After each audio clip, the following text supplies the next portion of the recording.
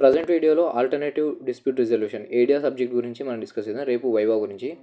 I challenge ఈ video అయిపోయేలోపు మీకు పూర్తి క్లారిటీ వచ్చేసి వైవాలో ఆల్ ద బేసిక్ ఫౌండేషన్ అంతా మీకు అర్థమైపోతే ఏ క్వశ్చన్ అయినా మీరు ఆన్సర్ చేసేవచ్చు. చాలా కాన్ఫిడెంట్గా నేను చెప్తున్నా. నా బేసిక్ ఇప్పుడు టీచింగ్ వచ్చేసి ఆల్రెడీ మనం ఏదైతే రికార్డ్ రాసినామో వాళ్ళు దానిపైన అడిగే ఛాన్సెస్ ఉంటుంది. సో ఇది ఒక్కటి మనం అనలైజ్ చేస్తే, జస్ట్ ఫ్లో అని అనలైజ్ చేస్తే వాళ్ళు ఏ క్వశ్చన్ అయినా సరే మనం ఆన్సర్ చేయొచ్చు. Okay, coming to the core topic. ADR అంటే ఏంది? ఏదైనా డిస్ప్యూట్ రెండు రకాల పరిష్కరించవచ్చు: కోర్టు లోపల, కోర్టు బయట. కోర్టు బయట పరిష్కరించే మార్గాలన్నీ ఆల్టర్నేటివ్ డిస్ప్యూట్ రిజల్యూషన్ కిందికి వస్తాయి. అసలు ఇది ఎట్లా వచ్చింది ఈ కాన్సెప్ట్ అనేది? 222 లా కమిషన్ ఆఫ్ ఇండియా అనేది రిపోర్ట్ ఇచ్చింది. అదేంటంటే, according to it, justice for all, guaranteed access to justice for all under article 39A. ఇది డిపిఎస్పి కిందికి వస్తుంది అన్నట్టు, direct principles of state policy. మన కాన్స్టిట్యూషన్లో పార్ట్ 4లో వస్తుంది. So which state that everyone must have an equal opportunity regardless of any other reason like economic, any sort of disabilities. So దీని ప్రకారం కంట్రీలో చాలా పువర్టీ, లిటిగేషన్ వల్ల వాళ్ళు అఫోర్డ్ చేయలేరు. కాబట్టి ఒక ఆల్టర్నేట్ డిస్ప్యూట్ రిజల్యూషన్ని మనం ఎంకరేజ్ చేయాల్సి వచ్చింది అన్నట్టు. అసలు ఎన్ని రకాలు ఉంటాయి? మొత్తంకి మనకి 4 రకాలు ఉంటాయి బేసిక్గా. ఆర్బిట్రేషన్ ఒకటి, మీడియేషన్ ఒకటి, నెగోషియేషన్ ఒకటి, కన్సిలియేషన్ ఒకటి. ఓకేనా? దీనివల్ల లాభం ఏంటంటే ఏడిఆర్కి ఒకటి, కొంచెం జస్టిస్ అనేది చాలా తొందర అవుతుంది. మొత్తం సెటిల్మెంట్లే అన్నట్టు. వాళ్ళతో మాట్లాడతారు, వీళ్ళతో మాట్లాడతారు, వాళ్ళకు అగ్రిమెంట్ వస్తారు. సో ఇది బేసిక్ అండర్స్టాండింగ్.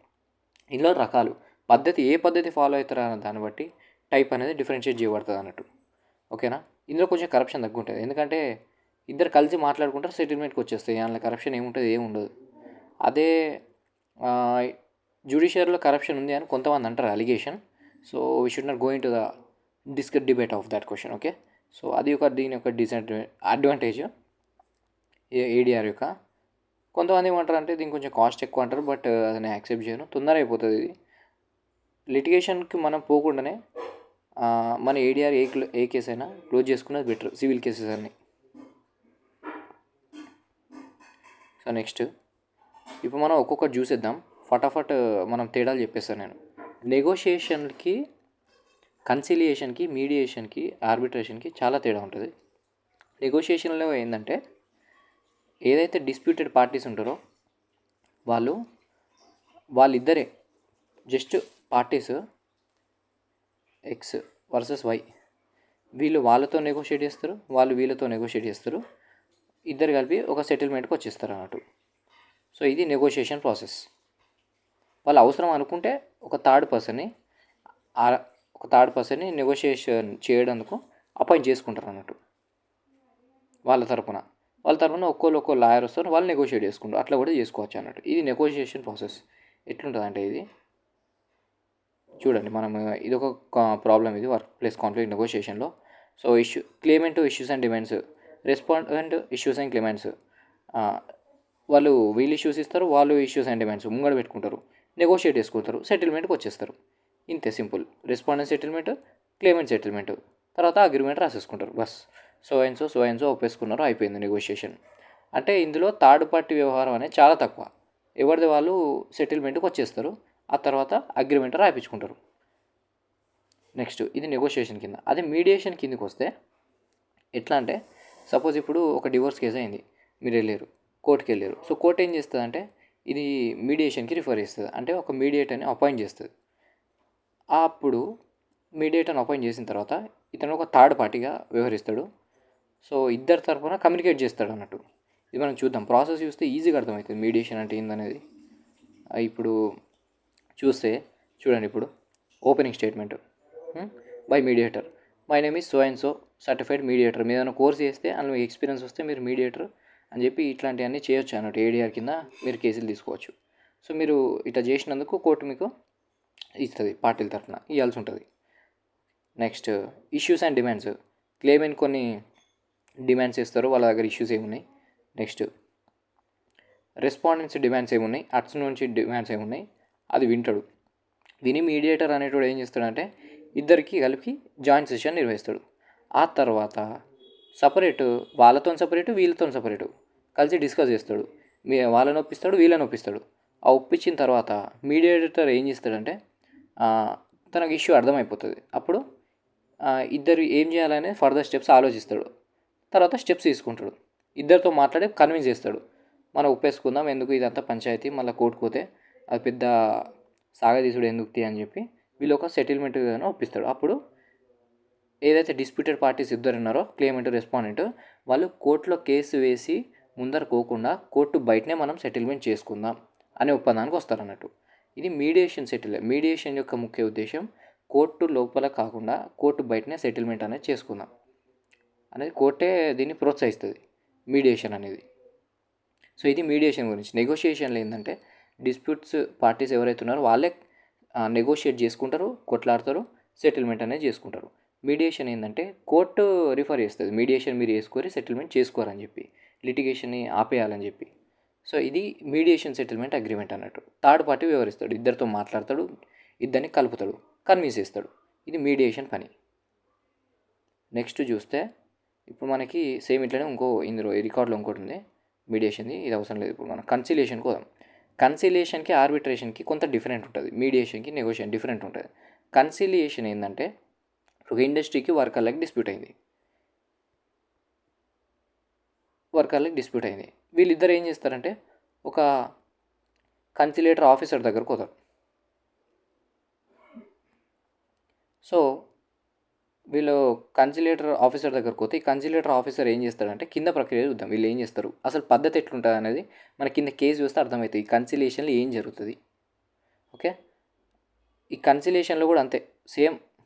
ఒక థర్డ్ పార్టీ ఉంటాడు, వాళ్ళిద్దరితో వీళ్ళిద్దరితో సపరేట్గా టాక్స్ అనేది చేస్తాడు, సేమ్ మీడియేషన్లో అయినట్టే చేస్తాడు ఇందులో కూడా.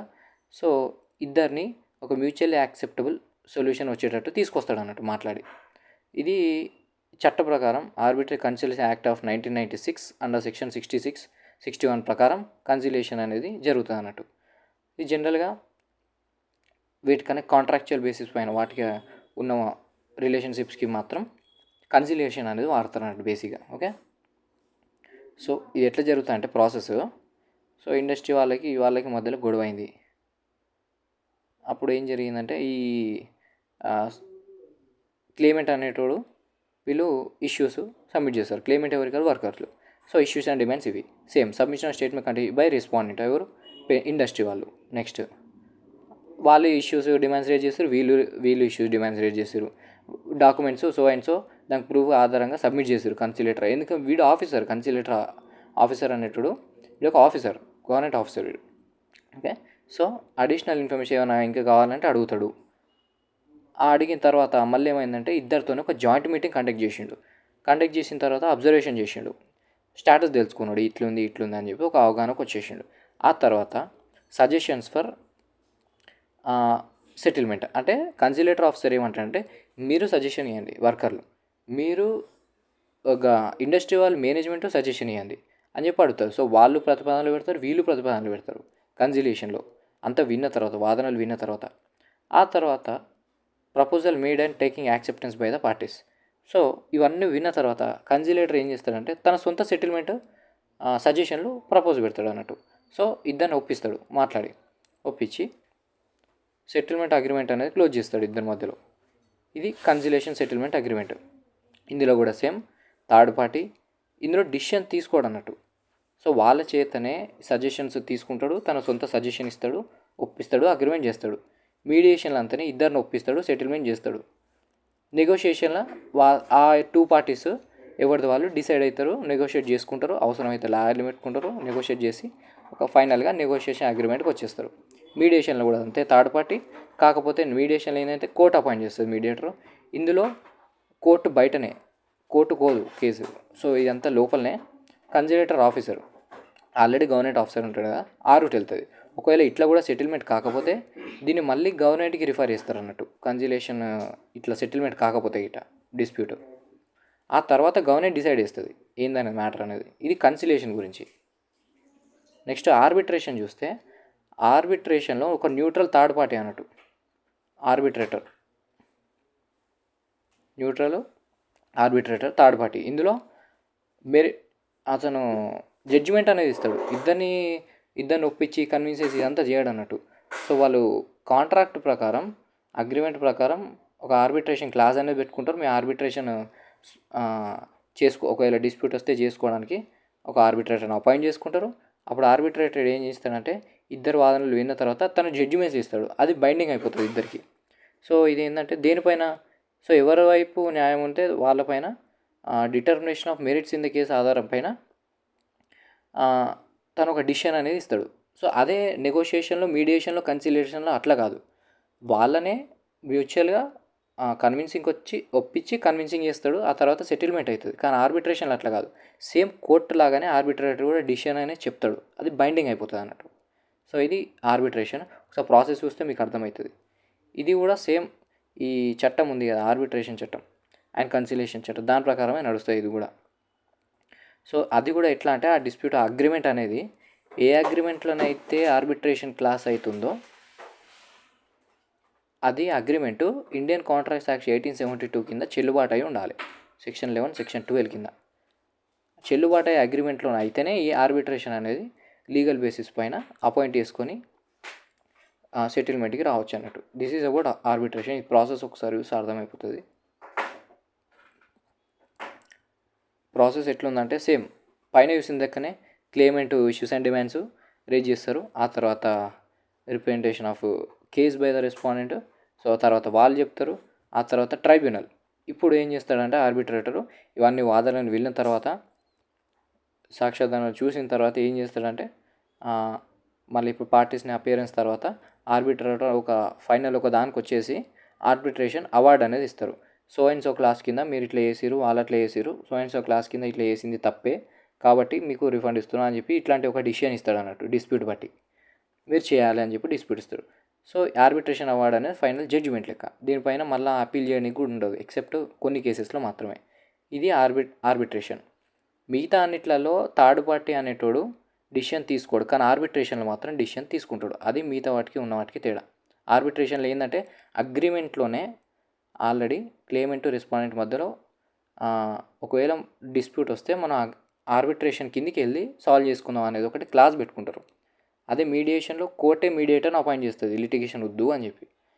అదే కన్సిలేటర్ ఆఫీషన్లో ఇద్దరి మధ్యలో డిస్ప్యూట్ అయితే, ఇండస్ట్రీ వర్కర్ల మధ్య డిస్ప్యూట్ అయితే గిట్ట ఒక గవర్నమెంట్ ఆఫీసర్కి ఫస్ట్ కన్సిలేటర్ ఆఫీసర్కి వెళ్తుంది. ఆ కన్సిలేషన్ ఆఫీసర్ అనేటోడు ఇద్దరి మధ్యలో సెటిల్మెంట్కి తీసుకొస్తాడు. అప్పుడు మళ్ళీ కేసు క్లోజ్ అవుతుంది. డిస్ప్యూట్కి సెటిల్మెంట్ తీసుకొస్తారు గవర్నమెంట్కి మళ్ళీ రిఫర్ చేసి. అది కన్సిలియేషన్. నెగోసియేషన్లో ఇద్దరు పార్టీసే నెగోషియేట్ చేసుకుంటారు, కేసు క్లోజ్ చేసుకుంటారు, సెటిల్మెంట్కి వచ్చేస్తారు అన్నట్టు.